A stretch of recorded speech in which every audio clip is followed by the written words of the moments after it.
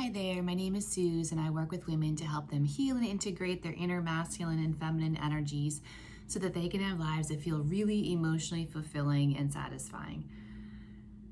I want to talk about what do you do when, right? And this can go into a variety of contexts.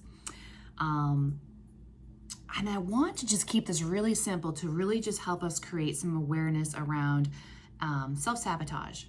And self-sabotage can be any level of that. I mean, sometimes the self-sabotage is very minimal and kind of quiet, and it doesn't like create devastation in our relationships or at work or whatever, and it's not this big dramatic thing. But self-sabotage can happen on a very small scale and then obviously a very dramatic scale where it does create conflict and breakdown in romantic relationships or friendships, whatever it may be. So to get to all of that, we first have to come into a space of a greater awareness, self-awareness. So my question to you is, what do you do when you're bored? First of all, I said this in another video, I forget when it was, but I was talking about boredom because I'm noticing this is a word that is coming up frequently with clients. Bored. Recognizing that there's a sense of boredom. And what do you do when you're bored? Do you instantly distract yourself from this current moment feeling of boredom? Do you do something to look to escape this feeling of boredom because you don't like it?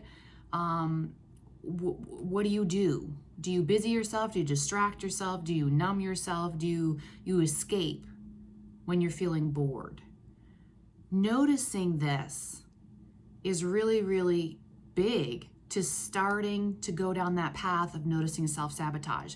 And we're not going to really see the bigger self-sabotage until we start seeing the smaller ones first, right? The smaller, more subtly habits that we do or habits that we engage in that are just subconscious habits of what we do. But are you paying enough attention to your body and the feelings in your body and noticing when you're choosing to do particular things? Really dumb example, but a really great and relatable example is social media. Is there a pattern to when you choose to go on social media and start scrolling? Is there a particular emotional or energetic state of being that you find yourself in that then the knee-jerk reaction is to, oh, I'm going to go scroll on social media or whatever? That's just a dumb example, but it's like that.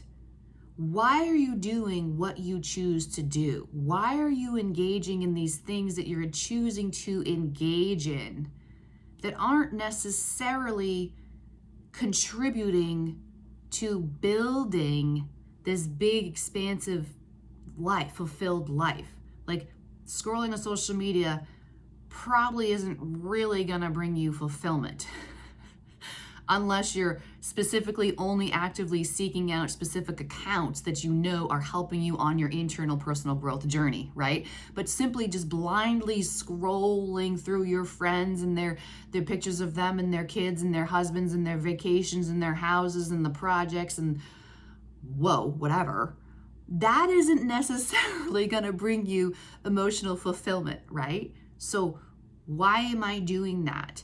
And is there a pattern to when I'm instinctively choosing to engage my energy in that particular thing? When I choose to drink, and this doesn't even have to be excessively drinking, but is there a pattern to when I choose to drink? Am I looking to escape? Or for me, for a long time, choosing to drink meant quieting my mind down, right? Like there was too much going on and I was overwhelmed with all this thinking. And so for me, that would just kind of slow things down and quiet things down. And I know I've heard that from other women as well. That is their experience as well. So why am I choosing to do the things that I do when these specific things are clearly not concretely adding to the value of this life that feels really fulfilling? So what do you do when you're bored? Number two, what do you do when you're nervous? What do you do when you're nervous? And nervous can be a bunch of different things. Nervous energy is a big one, right? It's kind of like happy. Happy is a big energy, and there's lots of other energies and words and feelings that can fall under the umbrella of happy. Same with nervous. There is so much that can fall under the umbrella of nervous, particularly depending on what your trauma in your past, what your childhood experience was. Your relationship with nervous energy can vary a little bit, okay? And I've gone into this on what was that? I forget which video it was. I recently did a video where I kind of went into a little bit of that, right? Where happiness can actually make you very nervous because it is an excitement energy. Excitement and nervousness are like sister energies. Nervous and excitement, they're sister energies, so they feel very similar and can trigger some of us pretty extensively. Even if it's happy excitement, it's a positive excitement, that can be very triggering to some women, depending on your life journey, your life story, and the wounds that you may hold in your heart that you are working on healing and working through, all right? So what do you do when you're excited?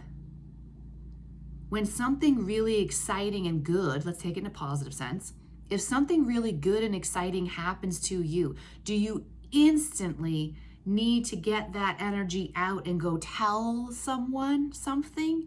Or can you just sit in it and feel that happy excitement and just feel how good it feels in you? Or does it make you nervous, and then you have to do something to get it out? That right there is a huge link to big sabotage, the big sabotage. And I'm not going to go down that path extensively today. I want to start at the root of all of this sabotage, right? So happy excitement, does it make you feel nervous? And then therefore, what do I do to kind of get rid of the nervous excitement? Because it can be overwhelming and it can make you feel like something bad's going to happen. Sabotage, right? Oh, I feel like something bad's going to happen because I got all this in my body right now. Okay.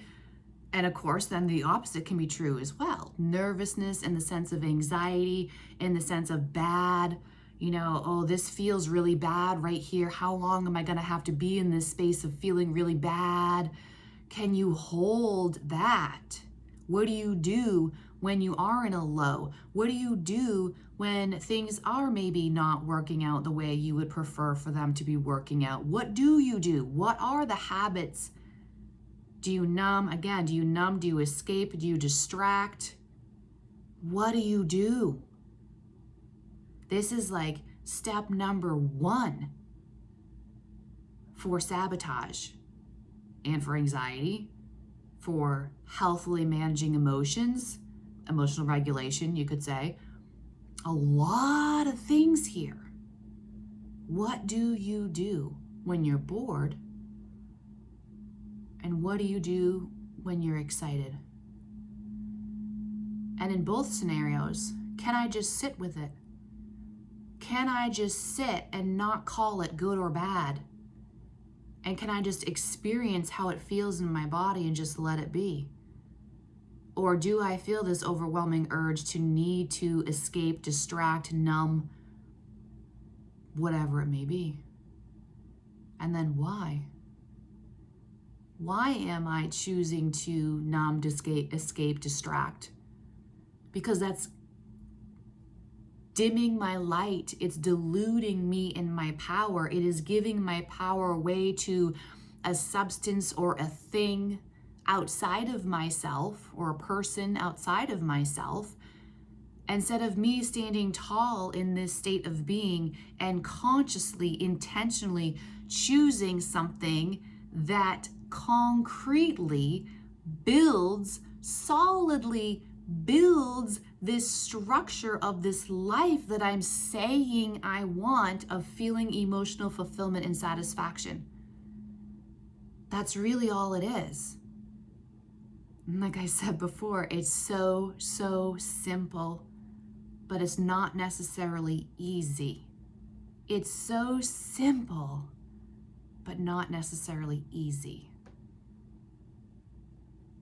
If you found value in this video, please do subscribe to my channel to help support my message. Help me get my message out to other people who need to hear this, who it would really empower and encourage them to move forward, to expand on their journey.